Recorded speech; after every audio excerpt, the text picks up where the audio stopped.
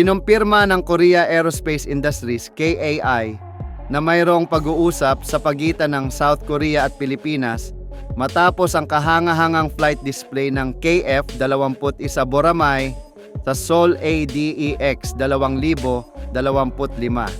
Ang interes ng Maynila ay sumasalamin sa lumalalim na ugnayang pangdepensa ng dalawang bansa habang patuloy na isinusulong ng Pilipinas ang modernisasyon ng kanilang hukbong panghimpapawid sa gitna ng tumitinding tensyon sa West Philippine Sea.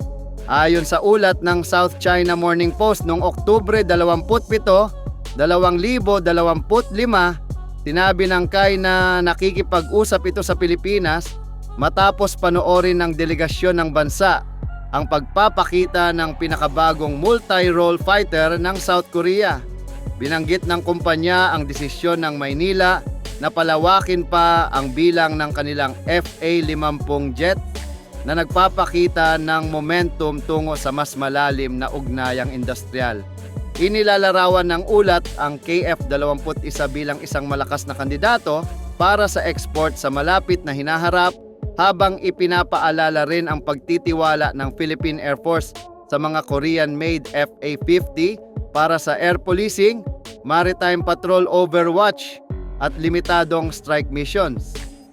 Kung matutuloy, magdadala ang KF-21 ng kakayahang beyond visual range gamit ang Meteor-class missiles at magiging mas advanced pa sa precision strike kapag umabot sa Block 2 configuration.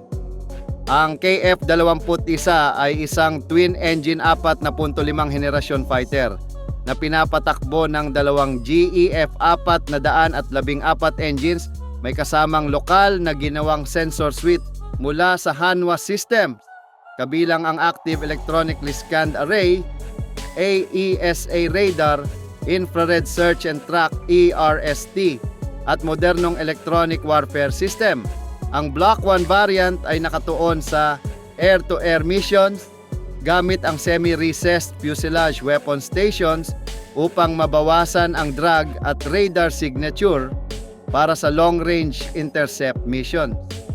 Sa mga pagsusubok sa paglipad, matagumpay nang napaputok ng eroplano ang Iris-T missiles at nasubukan na rin ang Meteor missiles na nagpapatunay ng kakayahan nitong lumaban sa malayong distansya. Pinabilis din ng South Korea ang pagbuo ng Block 2 variant na magdadagdag ng guided bombs at indigenous cruise missiles upang gawing swing role fighter ang KF-21 na may kakayahan sa parehong air at ground mission.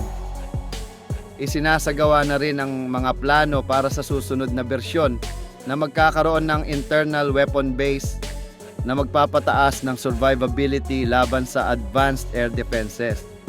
Sa kasalukuyan, nagpapatatag na ang linya ng produksyon matapos ang mga kontrata para sa unang batch at inaasahang magsisimula ang unang delivery sa ROCAF sa 2026, isang schedule na nagbibigay kumpiyansa sa mga potensyal na mamimili. Kung isasagawa ng Pilipinas ang pagbili ng KF-21, ito ay isasabay sa dalawang pamilyar na opsyon. Pinayagan na ng Estados Unidos ang posibleng pagbenta ng 20 F-16 Block 70-72S na may APG-83 AESA radar at pinakabagong AIM-120 class missiles. Ngunit may mataas na presyo na maaaring lumampas sa budget ng Maynila. Samantala, patuloy na inaalok ng Saab ang Gripen sa Pilipinas na binibigyang diin ang kakayahan nitong mag-operate sa dispersed air bases, mabilis na turnaround time at napatunayang Meteor integration, bagaman may posibilidad ng pagkaantala sa delivery dahil sa global demand. Nagpahiwatig na rin ang Maynila ng paglalim ng tinatawag na high-low mix sa kanilang air fleet matapos mag-order ng 12 karagdagang FA-50s. Ipinapakita nito na ang pagpili sa Korean pathway ay maaaring magpababa ng logistics at training burden kung magiging high-end fighter ng bansa ang KF-21. Ang pagdating ng KF-21 ay magbabago sa paraan ng operasyon ng Philippine Air Force. Ang pagkakaroon ng twin engine safety ay mahalaga sa mga long overwater patrols sa West Philippine Sea sa tulong ng Meteor-class missiles na sinusuportahan ng AESA radar at IRST sensors. Makakamit ng KF-21 ang kakayahang magpatupad ng area denial, mag-escort ng maritime patrol aircraft at mabilis na tumugon sa mga paglabag sa himpapawid.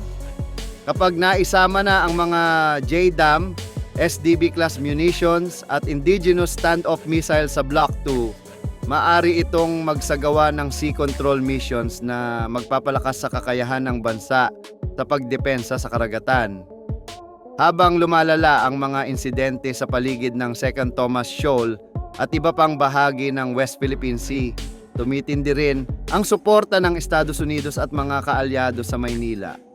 Bawat resupply mission at close quarters encounter ay nagpapatunay ng isang simpleng katotohanan. Ang lakas sa himpapawid ay may malaking impluensya sa pag-uugali sa dagat.